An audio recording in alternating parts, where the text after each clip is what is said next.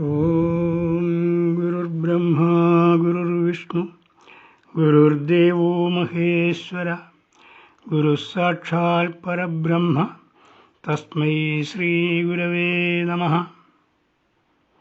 പ്രിയ ശ്രോതാക്കളെ, പഠിതാക്കളെ, ഇത് ദർശനമാലയിലെ 6-ാം അധ്യായമായ കർമ്മദർശനത്തിലെ 4-ാമത്തെ ശ്ലോകത്തിൻ്റെ അർത്ഥമാണ് ഇന്ന് പറയാൻ പോകുന്നത്.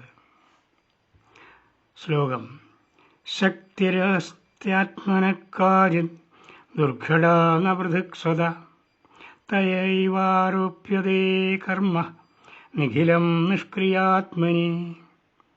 ഒന്നുകൂടി: ശക്തിരസ്ത്യാത്മനഃകാചിത് ദുർഘടാ ന പൃഥക്സ്വത തയൈവാരോപ്യതേ കർമ്മ നിഖിലം നിഷ്ക്രിയാത്മനി. അന്വയം: ആത്മനഃ സ്വതഃ കാചിത് ദുർഘടാ ശക്തി അസ്തി ന പൃഥക് തത് ഏവ നിഖിലം കർമ്മ നിഷ്ക്രിയാത്മനി ആരോപ്യതേ. ആത്മാവിന് തൻ്റേതായ ഒരു ദുർഘടമായ ശക്തിയുണ്ട്. അത് ആത്മാവിൽ നിന്ന് അന്യമായ ഒന്നല്ല താനും. ആ ശക്തിയാണ് യഥാർത്ഥത്തിൽ നിഷ്ക്രിയമായ ആത്മാവിൽ സർവകർമ്മങ്ങളെയും ആരോപിക്കുന്നത്. ആത്മാവ് നിഷ്ക്രിയമാണ്. ആത്മാവിന് ഒന്നും ചെയ്യാനുമില്ല, ഒന്നും ചെയ്യുന്നുമില്ല. താൻ ആത്മാവാണ്, മറ്റൊന്നുമല്ല എന്ന ബോധത്തിൽ ആത്മാനുഭൂതിയിൽ എത്തുന്ന വ്യക്തിയുടെ അവസ്ഥയും അങ്ങനെയാണ്. ഗീതയിൽ ഭഗവാൻ പറയുന്നു: നമേ കർമാണി ലിംബന്തി നമേ കർമ്മഫലേ സ്പൃഹ. എന്നെ കർമ്മങ്ങൾ സ്പർശിക്കുകയില്ല, എനിക്ക് കർമ്മഫലത്തോട് ആഗ്രഹവും ഇല്ല.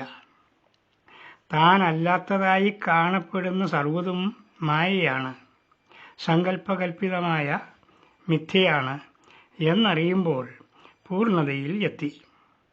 അങ്ങനെ പൂർണ്ണതയിൽ എത്തിയാൽ പിന്നീട് ഒന്നും ചെയ്യേണ്ടതായിട്ടില്ല.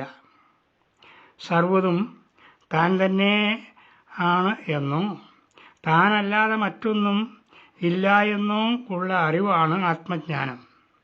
അതായത് താൻ ദേഹാദിയായ സർവ്വതും കളഞ്ഞ് കേവലാത്മാവാകുന്ന ആ അവസ്ഥയിൽ ശോകമോഹാദികളാകുന്ന ഒരു വികാരവും ഉണ്ടാകുന്നില്ല. ഈശാവാസ്യോപനിഷത്ത് പറയുന്നു: തന്നിൽ നിന്ന് അന്യമില്ലാതെ എന്ന് കാണുന്നു സർവ്വതും, അന്നേതു മോഹം അന്നേതു ശോകമേകത്വദൃക്കിന്. മനസ്സിൻ്റെ വികാരങ്ങൾ ആണല്ലോ ഇന്ദ്രിയങ്ങളെ കർമ്മം ചെയ്യാൻ പ്രേരിപ്പിക്കുന്നത്. മനസ്സും ഇന്ദ്രിയങ്ങളും എല്ലാം ഉപേക്ഷിച്ച ആത്മാവിന് എങ്ങനെ കർമ്മങ്ങൾ ഉണ്ടാകും? അങ്ങനെയുള്ള ആത്മാവാണ് നിഷ്ക്രിയാത്മാവാകുന്നത്.